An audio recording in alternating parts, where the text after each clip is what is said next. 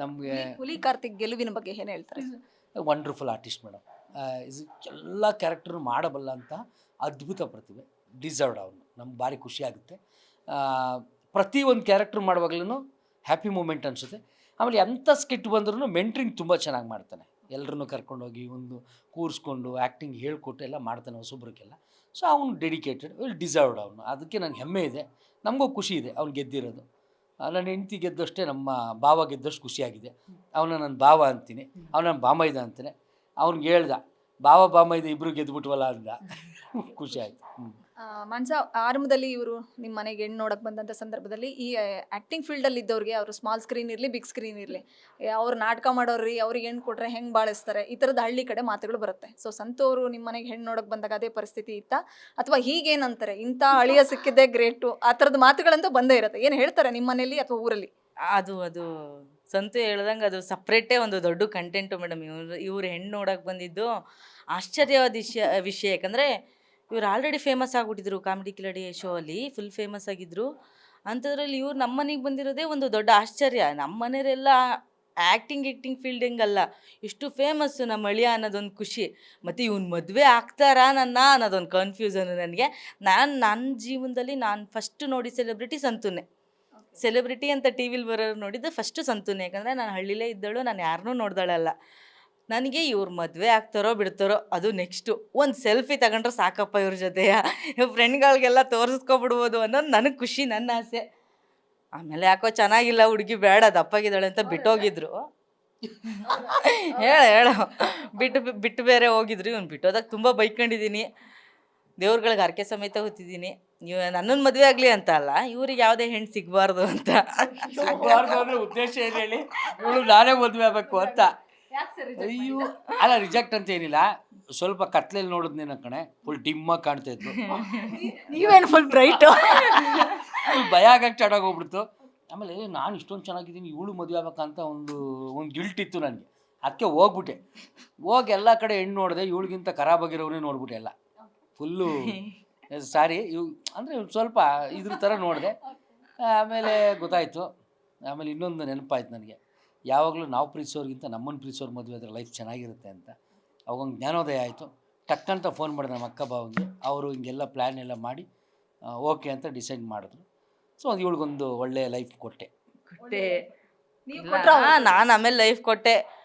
ಇನ್ನೊಂದು ಸತಿ ಮದುವೆ ಮಾಡ್ಕೊಳಕ್ಕೆ ಅಂತ ಮತ್ತೆ ಬಂದು ಕೇಳಕ್ಕೆ ಬಂದಾಗ ನಾನು ಒಪ್ಪಿರಲಿಲ್ಲ ಮೇಡಮ್. ಮತ್ತೆ ಫಸ್ಟ್ ಬಿಟ್ಟೋಗಿದ್ದಾನೆ, ಈ ಸಲ ಬಂದಿದ್ದಾನೆ ಹಂಗೆ ಮೇಡಮ್.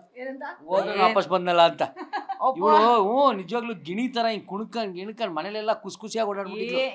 ಏನಿಲ್ಲ ಮೇಡಮ್, ಸೀರಿಯಸ್ ಆಗಿ ಹೇಳ್ಬೇಕು. ನಾನು ಆ್ಯಕ್ಚುಲಿ ಕೆಲ್ಸಕ್ಕೆ ಸೇರ್ಕೊಂಡಿದ್ದೆ ಇಲ್ಲೇ, ಗಾರ್ಮೆಂಟ್ಸಿಗೆ ಕೆಲ್ಸಕ್ಕೆ ಹೋಗ್ತಿದ್ದೆ. ಇವ್ನು ಬಿಟ್ಮೇಲೆ ಗಾರ್ಮೆಂಟ್ಸಿಗೆ ಕೆಲ್ಸಕ್ಕೆ ಹೋಗ್ತಿದ್ನಾ. ನಾನು ಅವಾಗ ಬೈಕಳಿವ್ನ ಡೈಲಿ ನಡ್ಕೊಂಡು ಹೋಗ್ಬೇಕು, ನಡ್ಕೊಂಡು ಹೋಗಿವ್ನ.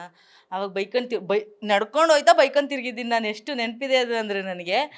ಬಡ್ಡಿ ಮಗ ಮದುವೆ ಮಾಡ್ಕೊಂಡು ಕರ್ಕೊಂಡು ಹೋಗಿದ್ರೆ ಈ ನೋವೇ ಐತಿಲ್ವಾ, ಕೆಲ್ಸಕ್ಕೆ ಹೋಗಂಗಿತ್ತಿಲ್ವಾ, ಹೆಂಗೋ ನೆಮ್ಮದಿಯಾಗಿರೀವ್ನಿ. ನನ್ನ ಮದುವೆ ಆಗಲಿಲ್ಲ, ಅವ್ನಿಗೆ ಜೀವನದಲ್ಲೇ ಹೆಣ್ಣು ಸಿಗಬಾರ್ದು. ಡೈಲಿ ಶಾಪ್ ಹಾಕಿದ್ದೀನಿ ಮೇಡಮ್. ಎಷ್ಟು ಶಾಪ್ ಹಾಕಿದ್ದೀನಿ ಅಂದರೆ ನನ್ನ ನೋವೆಲ್ಲ ಇವ್ರನ್ನ ಬೋತ್ ತೀರಿಸಿದ್ದೀನಿ ಆಗ.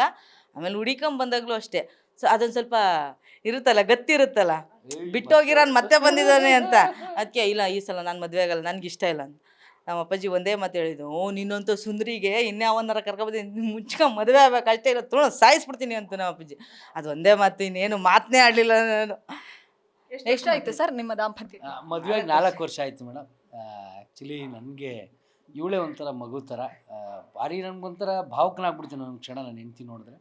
ಯಾಕೆಂದರೆ ಈ ತಿರುಗಿರೋ ಜರ್ನಿ ಇದೆಯಲ್ಲ, ಪ್ರತಿ ಕ್ಷಣ ನನ್ನ ಜೊತೆನೇ ಬರ್ತಾಳೆ. ಎಷ್ಟೇ ಯಾರು ಏನೇ ಅಂದ್ರೂ ತಲೆ ಕೆಡಿಸ್ಕೊಳ್ದೆ, ಎಷ್ಟೇ ಏರುಪೇರಾದ್ರೂ ಅದು ಯಾವುದೂ ಮನಸ್ಸಿಗೆ ಹಾಕ್ಕೊಳ್ದೇ ಸಮಾನವಾಗಿ ನಮ್ಮ ಜೊತೆ ಜರ್ನಿ ಮಾಡೋದಿದೆಯಲ್ಲ, ತುಂಬ ಕಷ್ಟ ಮೇಡಮ್ ಅದು. ಆ ಒಂದು ಜರ್ನಿ ಜೊತೆ ಆಗಿದ್ದಾಳೆ, ಭಾರಿ ಇಷ್ಟ ಆಗುತ್ತೆ. ಇವತ್ತು ಗೆದ್ದಿರೋದೇ ಒಂದು ದೊಡ್ಡ ಖುಷಿ ನನಗೆ. ಅದು ಹೇಳೋಕ್ಕಾಗಲ್ಲ. ನನ್ನ ಹೆಂಡ್ತಿಗೆ ಒಂದೊಂದ್ಸರಿ ಜಾಸ್ತಿ ಲಾಂಗು ಕಾರ್ಯಕ್ರಮಗಳಿಗೆಲ್ಲ ಹೋದರೆ ಕಾಲೆಲ್ಲ ಊದ್ಕೊಂಡ್ಬಿಡುತ್ತೆ. ಸೊ ಅದರಲ್ಲೂ ಕೂಡ ಕಾರ್ಯಕ್ರಮಗಳನ್ನ ಮಾಡ್ಕೊಂಡು, ಅದರಲ್ಲೂ ಕೂಡ ಇವನಿಗೆ ನೋವಾಗಬಾರ್ದು, ಇವನಿಗೆ ಲಾಸ್ ಆಗಿಬಿಡ್ತದೆ. ಈಗ ನಾನಿಲ್ಲ ಅಂದರೆ ಅಲ್ಲಿ ಹೆಂಗೆ ಕಾರ್ಯಕ್ರಮ ನಡೀತದೆ, ಕಾಂಬಿನೇಷನ್ ಸ್ಕಿಟ್ಗಳೇ ಇರ್ತದೆ ಇಬ್ಬರದ್ದು. ಸೊ ನಾನಿಲ್ಲ ಅಂದರೆ ಅವನೊಬ್ಬ ಹೇಗೆ ಮಾಡ್ತಾನೆ ಅವ್ನಿಗೆ ಟೆನ್ಷನ್ ಸ್ಟಾರ್ಟ್ ಆಗಿಬಿಡ್ತದೆ. ಸೊ ಈ ಒಂದು ಮೂಮೆಂಟಲ್ಲಿ ನನ್ನ ಹೆಂಡ್ತಿ ನನಗೆ ಜೊತೆಯಾಗಿ ಬರೋದೇ ನನಗೊಂದು ದೊಡ್ಡ ಹೆಮ್ಮೆ. ಇವಳನ್ನ ಪ್ರತಿ ಕ್ಷಣನೂ ನೋಡಿದಾಗ ನನಗೆ ಒಂಥರ ಮಗು ನೋಡ್ದಂಗೆ ಅನಿಸುತ್ತೆ. ಇಲ್ಲಿವರೆಗೂ ಸಪೋರ್ಟ್ ಮಾಡೋಳೆ, ಮುಂದೇನೂ ಅಷ್ಟೇ ಕೂಡ. ನಾನು ತುಂಬ ಇವಳಿಗೆ ಏನೇನು ಮಾಡಬೇಕು ಅನಿಸುತ್ತೋ, ಕೊಡಬೇಕು ಅನಿಸುತ್ತೋ ಅದು ಖಂಡಿತ ಕೊಡ್ತೀನಿ. ಸ್ವಲ್ಪ ಸಮಯ ತಗೋತಿದೆ ಅಷ್ಟೇ. ಯಾಕೆಂದರೆ ನಾವೊಂಚೂರು ಸೆಟಲ್ಡ್ ಆಗೋಣ ಅಂತ. ಯಾಕೆಂದರೆ ತುಂಬ ಕಷ್ಟದ ಜೀವನಗಳನ್ನೆಲ್ಲ ನೋಡಿದ್ದೀವಿ. ಮತ್ತೆ ಮರಳಿ ಆ ಜಾಗಕ್ಕೆ ಹೋಗಕ್ಕೆ ನನಗೆ ಇಷ್ಟ ಇಲ್ಲ. ಇವಾಗೆಲ್ಲ ನೋಡ್ತಾ ಇದ್ದೀರಾ, ಅವಕಾಶಗಳು ಯಾವಾಗಿರುತ್ತೋ ಗೊತ್ತಿಲ್ಲ. ಈ ಕಲಾವಿದ್ರ ಜೀವನನೇ ನೀರಿನ ಮೇಲಿನ ಗುಳ್ಳೆ ಥರ. ಆ ಗುಳ್ಳೆ ಯಾವಾಗ ಹೊಡೆದೋಗುತ್ತೋ ಏನೋ ಗೊತ್ತಿಲ್ಲ. ಯಾಕೆಂದರೆ ಎಲ್ಲಿವರೆಗೂ ಕೆಲಸ ಇರುತ್ತೋ ಗೊತ್ತಿಲ್ಲ ಮೇಡಮ್, ಎಲ್ಲಿವರೆಗೂ ಜನ ನಮ್ಮನ್ನು ಕರೀತಾರೋ ಗೊತ್ತಿಲ್ಲ. ಅಲ್ಲಿ ಅಷ್ಟೊತ್ತಿಗೆ ನಾವು ಒಂಚೂರು ಎಚ್ಚೆತ್ಕೊಂಡು ನಮ್ಮ ಜೀವನಕ್ಕೆ ಏನಾದರೂ ಒಂದು ಮಾಡ್ಕೋಬೇಕು ಅಂತ ಆಸೆ. ಮತ್ತು ನನಗೆ ಫುಟ್ಪಾತಲ್ಲಿ ಜೀವನ ಆಗಿರ್ಬೋದು, ಮತ್ತು ಬ್ಯಾಕ್ ಹಿಂದೆ ಕಷ್ಟದ ದಿನಗಳಿಗೆ ನಾನು ಮತ್ತೆ ಮರಳಿ ಹೋಗಲಾರೆ ಮೇಡಮ್. ಯಾಕೆಂದರೆ ಆ ದಿನಗಳು ನೆನೆಸ್ಕೊಂಡ್ರೂ ಭಾರಿ ಕಷ್ಟ ಆಗುತ್ತೆ. ಇರೋವಷ್ಟು ದಿವಸ ಊರಲ್ಲಿ ಏನಾದರೂ ಮನೆಗಿನೇ ಕಟ್ತಾ ಇದ್ದೀರಾ ಅಥವಾ ಇತ್ತ ಮುಂಚೆ? ಇಲ್ಲ ಮೇಡಮ್, ನಮ್ಮ ತಾಯಿ ತಂದೆ ಇದ್ದ ಮನೆ, ಒಂದು ಹಳೆ ಮನೆ ಇದೆ, ಆ ಮನೇಲೇ ಇದ್ದೀವಿ. ಮುಂದೊಂದು ದಿನ ನೋಡೋಣ ಮೇಡಮ್, ಭಗವಂತ ಕರುಣಿಸಿದ್ರೆ ಎಲ್ಲ ಆಗುತ್ತೆ ಅಂತ ಯೋಚನೆ ಮಾಡ್ತಾಯಿದ್ವಿ. ಇದೆಯಲ್ಲ ಮೇಡಮ್ ನಕ್ಸೋರ್ಗೆ ಅದು ಲಾಕೆಟ್ ಬಗ್ಗೆ ಮಾತಾಡಬೇಕು ಒಂಚೂರು ಹೇಳೋದು. ಈ ಲಾಕೆಟಾ ಅಲ್ಲೇ 1 ವರ್ಷ ಆಗೋಗ್ಬಿಡ್ತು ಮೇಡಮ್. ಲಾಕೆಟು ಸಂತು ಪಂತು ಅಂತ ಲಾಸ್ಟು 1 ವೀಕ್ ಬ್ಯಾಕ್ ನಮ್ಮ ವರ್ತೂರು ಸಂತೋಷ್ ಅಣ್ಣಂದೇ ಒಂದು ಕಾರ್ಯಕ್ರಮ ಮಾಡಿಕೊಟ್ಟು ಬಂದೆ. ತುಂಬ ಖುಷಿಯಾದರು. ಅವತ್ತೂ ಕೂಡ ಇವತ್ತಿನವರೆಗೂ ಮೇಡಮ್ 1 ವರ್ಷ ಆಗಿದೆ. ಈ ಲಾಕೆಟ್ ಕ್ರೇಜ್ ಇನ್ನೂ ನಿಂತಿಲ್ಲ. ಎಷ್ಟೋ ಜನ ಬರ್ತಾರೆ, ಈ ಲಾಕೆಟ್ಗೆ ಮೊಬೈಲ್ನ ಜೂಮ್ ಮಾಡಿ ಫೋಟೋ ತೆಗೆಸ್ಕೊಯ್ತಾರೆ. ವರ್ತೂರು ಸಂತೋಷ್ ಅಣ್ಣ ಇಲ್ಲ ಅನ್ನೋ ಒಂದು ಫೀಲಿಂಗ್ನ ಇದರಲ್ಲಿ ತೋರಿಸ್ತಾರೆ.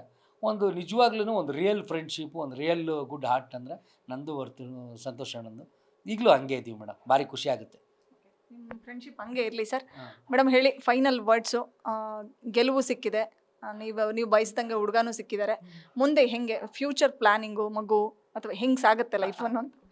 ಖಂಡಿತ ಮೇಡಮ್, ಅದನ್ನು ಹೇಳ್ತಾರೆ ಬಗ್ಗೆ ಇಲ್ಲ, ಮುಂದೆ ದೇವ್ರು ಹೆಂಗೆ ನಡೆಸ್ಕೊಂಡು ಹೋಗ್ತಾನೋ ಹಾಗೆ ಮೇಡಮ್. ಮುಂದೆ ಸಂತು ಏನು ಹೇಳ್ತಾನೋ ಅದೇ ನಿರ್ಧಾರಗಳೆಲ್ಲ. ಖಂಡಿತ ಮೇಡಮ್. ಈಗ ಏನಾಗ್ಬಿಟ್ಟಿದೆ ಅಂದರೆ ಬ್ಯಾಕ್ ಟು ಬ್ಯಾಕ್ ಶೋನೇ ಮೇಡಮ್. ಯಾಕೆಂದರೆ ಮದುವೆ ಆದ 1 ವರ್ಷದ ಹಿಂದೆ ಇಲ್ಲಿವರೆಗೂ ಕಂಟಿನ್ಯೂಸ್ ಇಬ್ಬರು ಜೊತೆಲೇ ಶೋ ಮಾಡ್ತಾಯಿದ್ದೀವಿ. ನಮಗೂ ಒಂದು ಜೀವನಕ್ಕೆ ಒಂದು ಸ್ಟೇಬಲ್ ಬೇಕಾಗಿತ್ತು. ಇರೋ ಅವಕಾಶಗಳನ್ನ ತೊರೆದು ಸುಮ್ಮನೆ ನಾವೇ ಹಿಂದೆ ಸರಿಯೋದು ಬೇಡ ಅಂತ ಅಂದ್ಕೊಂಡು ಕೆಲಸದ ಕಡೆ ಗಮನ ಕೊಟ್ಟಿದ್ವಿ. ಮುಂದಿನ ದಿನ ಖಂಡಿತ ಪ್ಲ್ಯಾನಿಂಗ್ ನಡೀತಾ ಇದೆ ಮೇಡಮ್. ಗಿಚ್ಚಿ ಗಿಲಿಗಿಲಿ ಆಯಿತು, ಕಾಮಿಡಿ ಕಿಲಾಡಿಗಳು ಸೀಸನ್ 4ಗೆ ಬಂದರೆ ಮುಂದೆ ಯಾವುದು ರಿಯಾಲಿಟಿ ಶೋಸಿ ಕರಿತಾ ಇದ್ದಾರಾ ಅಥವಾ ಸಿನಿಮಾ ಆಫರ್ ಅಂತೂ ಅಣ್ಣ ಹೇಳಿದ್ರು? ಇನ್ನು ರಿಯಾಲಿಟಿ ಶೋ ಯಾವುದಕ್ಕೂ ಕರೆದಿಲ್ಲ ಮೇಡಮ್. ಕರೆದ್ರೆ ಸಂತು ಏನು ಹೇಳ್ತಾರೋ ಅದೇ ಡಿಸಿಷನ್ನು ಫಿಕ್ಸು. ಸಂತು ಹ್ಞೂ ಅಂದರೆ ಮಾಡೋದು, ಇಲ್ಲಾಂದರೆ ಊರಲ್ಲಿ ಇದೇ ಇದೆ ನಮ್ಮ ಕೆಲಸಗಳು, ಕಾರ್ಯಗಳು. ಮೊದಲು ಊರಿಂದ ಬರುವಾಗ, ಮೊದಲು ನೀವು ಒಬ್ಬರೇ ಊರಿಗೆ ಹೋದಾಗ ಹೆಂಗಿತ್ತು ರೆಸ್ಪಾನ್ಸು? ಈಗ ಹೆಂಗಿದೆ? ಏನು ಹೇಳ್ತಿದ್ರೆ? ಮತ್ತು ನೀವು ಗೆದ್ದಾಗ ಯಾರು ಕಾಲ್ ಮಾಡಿದ್ರು ಫಸ್ಟು, ಮನೆಯವರ ಅಥವಾ ಯಾರಾದರೂ ಫ್ರೆಂಡ್ಸು? ಅದ್ರ ಬಗ್ಗೆ ಮಾತಾಡೋದು. ಇಲ್ಲ, ನಮ್ಮ ಅಕ್ಕ ಒಬ್ಳು ಫೋನ್ ಮಾಡ್ತಾನೇ ಇದ್ಲು ಬೆಳಗ್ಗೆಯಿಂದ, ಏನಾಯಿತು ವಿಷಯ ಏನಾಯಿತು ಅಂತ. ನಮ್ಮ ಅಕ್ಕಂಗೆ ಕ್ಯೂರಿಯಾಸಿಟಿ ಜಾಸ್ತಿ ಇತ್ತು. ಇವಳೇ ಗೆಲ್ಲಬೇಕು ಅಂತ ತುಂಬ ಅವಳು ಏನಾಯ್ತವ ಅಂತ 5 ನಿಮಿಷಕ್ಕೂ ಫೋನ್ ಮಾಡ್ತಿದ್ಲು ಪಾಪ. 4 ಗಂಟೆ, ಬೆಳಗಿನ ಜಾವ 4 ಗಂಟೆ ಅನೌನ್ಸ್ ಮಾಡಿದಾಗ ಅಷ್ಟೊತ್ತಿನಲ್ಲೂ ಅವಳು ಎಚ್ಚರಾಗಿತ್ಕೊಂಡು, ಅವಳಿಗೊಂದು ಮಗು ಇದೆ 7 ತಿಂಗಳದು, ಆದ್ರೂ ಎಚ್ಚರಾಗಿತ್ಕೊಂಡು ಅಷ್ಟೊತ್ತಿನಲ್ಲಿ 4 ಗಂಟೆ, ಬೆಳಗಿನ ಜಾವ 4 ಗಂಟೆ ಟೈಮಲ್ಲಿ ಪಟ್ ಅಂತ ಫೋನ್ ಮಾಡಿದ್ಲು.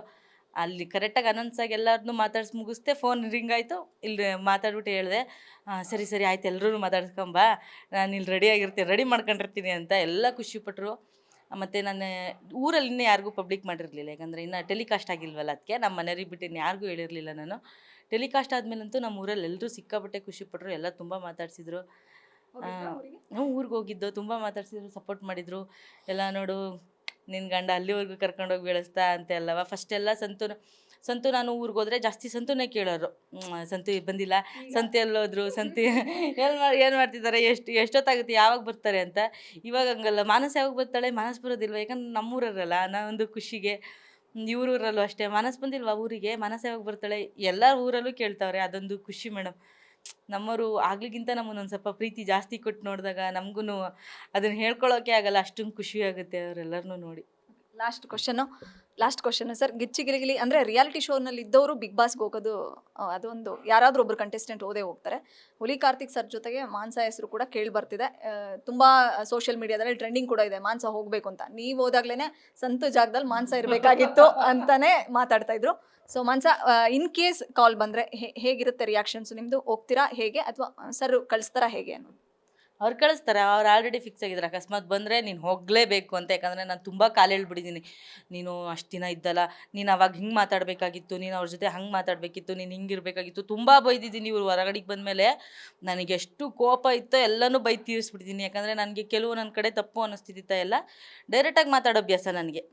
ನೀನು ತಪ್ಪಾಯ್ತಾ, ಹ್ಞೂ ಸರಿ, ನೀನು ತಪ್ಪು, ನೀನು ಮಾಡ್ತಿರೋ ತಪ್ಪು, ನೀನು ಡೈರೆಕ್ಟಾಗಿ ಹೇಳ್ಬಿಡು. ಅದನ್ನು ಬಿಟ್ಟು ಅವ್ರ ಮುಂದೆ ಸುಮ್ಮನೆ ನಿಂತ್ಕೊಬಿಟ್ಟು ಆಮೇಲೆ ಹಿಂದೆ ಹೋಗ್ಬಿಟ್ಟು ಇಲ್ಲ ಅವ್ರು ಮಾಡಿದ್ದಲ್ಲಿ ತಪ್ಪಾಯ್ತಲ್ವಾ ಅಂತ ಇಲ್ಲಿ ಹಿಂದೆ ಮಾತಾಡೋದು ನನಗೆ ಇಷ್ಟ ಇಲ್ಲ. ಅದನ್ನು ನೀನು ಅಲ್ಲಿ ಡೈರೆಕ್ಟಾಗಿ ಮಾತಾಡಬೇಕಿತ್ತು ಸಂತು. ನಿನ್ನ ಮಾತು ನೀನು ಯಾವತ್ತೂ ಬಿಟ್ಕೊಡ್ಬಾರ್ದು. ಈ ಥರ ತುಂಬ ಬಹುದಿದ್ದೆ. ಅದಕ್ಕೆ ಈ ಥರ ಎಲ್ಲ ಫಿಲಾಸಫಿ ಹೇಳಿದ್ನಲ್ಲ, ನೀವು ಒಳಗೋಗಿ ನೀನೇನು ದಬಾಕ್ತಿ ಅಂತ ನಾನು ನೋಡಬೇಕು ಅಂತ ಮೊದಲೇ ಹೇಳ್ಬಿಟ್ಟಿದ್ದೀನಿ. ಏನಾದರೂ ಆ ಥರ ಅವಕಾಶ ಬಂದರೆ, ಯಾರಾದರೂ ಫೋನ್ಗಿನ್ ಮಾಡಿದ್ರೆ ಬಿಗ್ ಬಾಸಿಂದ ಮೊದಲೋಗಿ ನಾನೇ ತಳ್ಳು ಬಂದುಬಿಡ್ತೀನಿ ಮೇಡಮ್, ತಳ್ಳು ಬಂದುಬಿಡ್ತೀನಿ. ಯಾಕೆಂದರೆ ಅಲ್ಲಿ ಒಂದೊಂದು ದಿನ ಇರೋದು ತುಂಬ ಕ್ರಿಟಿಕಲ್ಲು, ಟಫು. ಯಾಕೆಂದರೆ ಅದು ಪ್ರತಿದಿನವೂ ಒಂದು ಸರ್ಕಸ್ ಇರುತ್ತೆ. ಸೊ ಅದನ್ನು ದಾಟಿನೇ ಆ ದಿನಗಳು ಉಳ್ಕೋಬೇಕಾಗುತ್ತೆ. ಸೊ ಇವಳಿಗೂ ಗೊತ್ತಾಗುತ್ತೆ ಅದ್ರ ಒಳಗೆ ಹೋದರೆ. ಸೊ ಅದಕ್ಕೋಸ್ಕರ ಯಾರಾದರೂ ಅವಕಾಶ ಬಂದು ಕರೆದ್ರೆ ಖಂಡಿತವಾಗ್ಲೂ ಕಳಿಸ್ತೀನಿ ಮೇಡಮ್. ಬರುತ್ತೆ ಅಂತ ನಾನು ನಿಜ ಅಂದ್ಕೊಂಡಿಲ್ಲ. ಯಾಕಂದರೆ ಹೋದ ವರ್ಷ ಸಂತಿನ ಕಳಿಸಿ ಈ ವರ್ಷ ನನ್ನನ್ನು ಕಳಿಸಲ್ಲ ಅಂತ ಗೊತ್ತು. ಹಂಗಾಗಿ ನಾನು ಬರುತ್ತೆ ಅಂತ ಅಂದ್ಕೊಂಡಿಲ್ಲ. ಅಕಸ್ಮಾತ್ ಇಷ್ಟೆಲ್ಲ ನ್ಯೂಸ್ ಕೇಳಿ ಎಲ್ಲೋ ಒಂದು ಕಡೆ 1% ಅಷ್ಟು ಬಂದರೆ ಆಯಿತು, ಅದು ಒಂದು ಎಕ್ಸ್ಪೀರಿಯನ್ಸ್ ಅಲ್ವಾ. ಇವ್ರು ಇಷ್ಟೊಂದು ಹೇಳಿದಾರಲ್ಲ, ನೋಡೋಣ ಒಂದೇ ವಾರ ಕಳಿಸ್ಲಿ ಪರವಾಗಿಲ್ಲ. ಬೇಕಾದ್ರೆ ನನಗೆ ಜಗಳ ಆದರೆ ನಾನು ಸ್ವಲ್ಪ ಮುಂಗೋಪಿ ಜಾಸ್ತಿ. ನೀನು ತಪ್ಪು ಅನ್ಸಿದ್ರೆ ಹೇಳೋವಷ್ಟು ಹೇಳ್ತೀನಿ, ತುಂಬ ವಾದ ಮಾಡಿದ್ರು ಹೊಡೆಯೋಕ್ಕೂ ಹೋಗ್ಬಿಡ್ತೀನಿ. ಹಾಗೇನಾದ್ರೂ ಆದರೂ ಒಂದೇ ದಿನಕ್ಕೆ ಕಳಿಸಿದ್ರು ಬೇಕಾದ್ರೆ ಹೊರಗಡೆಗೆ ಬರೋಕ್ಕೂ ನಡಿ. ಅದೊಂದು ಎಕ್ಸ್ಪೀರಿಯನ್ಸ್, ನನಗೂ ಅನುಭವ ಆಗುತ್ತೆ ಅಂತ. ಮಾನ್ಸ ಪ್ರೀತಿಯಿಂದ ಸಂತುಗೆ ಏನು ಕರೀತಾರೆ ಮನೆಯಲ್ಲಿ, ಮತ್ತು ಸಂತು ಸರ್ ಏನು ಹೇಳ್ತಾರೆ ನಿಮಗೆ ಅಂತ? ನಾನು ಸಂತು ಅಂತಲೇ ಕರಿತೀನಿ, ಜಾಸ್ತಿ ಸಂತು ಅಂತಲೇ ಕರಿತೀನಿ. ಅವರು ಮಾನು ಅಂತಾರೆ, ರಚಿನಿ ಅಂತಾರೆ. ಬೈಗಳುಗಳ ನಾವು ಕೇಳಿದ್ವಿ ಸೋಷಿಯಲ್ ಮೀಡಿಯಾದಲ್ಲಿ, ಯೂಟ್ಯೂಬ್ಗಳಲ್ಲಿ. ನನಗೆ ಬೈಗಳುಗಳಿಂದ ವೈಂಡ್ ಅಪ್ ಇಲ್ಲ, ಅತಿಯಾಗಿ ಪ್ರೀತಿ ಬಂದರೆ ಬೈಗಳದ ಪ್ರೀತಿ ಬಂದ್ಬಿಟ್ರೆ, ಅತಿಯಾದ ಪ್ರೀತಿ ಬಂದ್ಬಿಟ್ರೆ ಬೇವರ್ಸಿ ಅಂತಾಳೆ. ಇಲ್ಲ, ಆ ಬೈಗಳಲ್ಲ, ನನಗೆ ಒಂದು ಪುಂಜನ ಹೇಳ್ತಾರೆ ಬೈಗಳುಗಳು. ಬೇಕಾ ಹೇಳು ಭಾರತಿಗಳು ನನ್ನ ಮನೆ ಬೇವರ್ಸಿ ಕೋತಿ ನನ್ನ ಮಗಂದೆ ಏನು ಮಾಡ್ತಿದ್ದೀಯ, ಹಿಂಗೆ ಬಾಯಿಗೆ ಬಂದಂಗೆ ಬೈತಿರ್ತೀನಿ ಮೇಡಮ್. ಅವು ಕೆಲವೊಂದು ಹೇಳೋಕ್ಕಾಗಲ್ಲ, ಶೋಗಳಲ್ಲಿ ಅಂಥ ಬೈಗಳಗಳು ಬರ್ತಾವೆ ಬಾಯಲ್ಲಿ. ಜಾಸ್ತಿ ಬೈಯೋದು ಬೇವರ್ಸಿನಿ, ಬರಲ್ಲೋ ಬೇವರ್ಸಿ ಅವನ ಪದಕ್ಕೆ ಮಾರ್ಕೆಟಿಂಗ್ ಮಾಡಿದ್ದೆ ಅವಳು.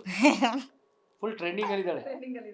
ಬೇವರ್ಸಿ ಅನ್ನೋ ಪದ ಯಾವ್ದಾದ್ರು ಒಂದು ಟಿವಿಲಿ ಬರ್ತಾ ಇದ್ರೆ ಆ ಬೇವರ್ಸಿ ಪದಕ್ಕೆ ಟ್ರೆಂಡಿಂಗು ಮಾರ್ಕೆಟಿಂಗ್ ಕ್ರಿಯೇಟ್ ಮಾಡಿದ್ದೆ ನಾನು ಹೆಂಡ್ತಿ. ಸರ್ ಫೈನಲಿ ಇಬ್ರು ಕೂಡ ಕರ್ನಾಟಕದಲ್ಲಿ ಬ್ರ್ಯಾಂಡ್ ಆಗಿದ್ದೀರಾ ಇಬ್ರು. ಸರ್ ಕರ್ನಾಟಕದ ಜನತೆಗೆ ಏನು ಹೇಳ್ತಾರೆ? ಫಸ್ಟ್ ಸಂತು ಅಣ್ಣ. ಕುಲಕೋಟಿ ಕನ್ನಡ ಕಲಾಭಿಮಾನಿ ದೇವರುಗಳಿಗೆ ನಿಮ್ಮ ಪ್ರೀತಿಯ ಪುಟ್ಟ ಕಲಾವಿದ ಮಾಡೋ ಅನಂತ ಕೋಟಿ ಧನ್ಯವಾದಗಳು. ಇಲ್ಲಿವರೆಗೂ ನಮಗೆ ಸಪೋರ್ಟ್ ಮಾಡಿ, ಪ್ರೋತ್ಸಾಹಿಸಿ, ಪ್ರೀತಿ ಕೊಟ್ಟು ಗಿಲಿಗಿಲಿಯಲ್ಲಿ ನನ್ನ ಹೆಂಡ್ತಿನ ಗೆಲ್ಲೋ ಹಾಗೆ ಮಾಡಿದ್ರಿ. ಅವಳು ಈಗ ರನ್ನರಪ್, ನಾನ್ ಕ್ಯಾಟಗರಿನಲ್ಲಿ ರನ್ನರಪ್ ಆಗಿ ವಿನ್ನಿಂಗನ್ನು ಪಡ್ಕೊಂಡಿದ್ದಾಳೆ. ಈ ಒಂದು ಪ್ರೀತಿಗೆ ನಾನು ಯಾವಾಗಲೂ ಚಿರಋಣಿಯಾಗಿರ್ತೀನಿ. ಬಿಗ್ ಬಾಸ್ ಇದ್ದಾಗಲೂ ಅಷ್ಟೇ, ಇವಾಗಲೂ ಅಷ್ಟೇ ನಮ್ಮ ಕಾಮಿಡಿಗೆ ಸಿಕ್ಕಾಪಟ್ಟೆ ಸಪೋರ್ಟ್ ಮಾಡ್ತೀರಾ. ನಿಮ್ಮ ಋಣ, ನಿಮ್ಮ ಪ್ರೀತಿನ ಯಾವತ್ತೂ ನಾನು ಮರೆಯಲ್ಲ. ನಮ್ಮಿಬ್ಬರಲ್ಲಿ ಎಲ್ಲಿವರೆಗೂ ಶಕ್ತಿ ಇರುತ್ತೋ ಅಲ್ಲಿವರೆಗೂ ನಿಮ್ಮನ್ನ ನಗಿಸ್ತಾನೆ ಇರ್ತೀನಿ. ನಗಿಸೋದಷ್ಟೇ ನಮಗೆ ಗೊತ್ತಿರೋದು, ಬೇರೆ ಏನೂ ಗೊತ್ತಿಲ್ಲ.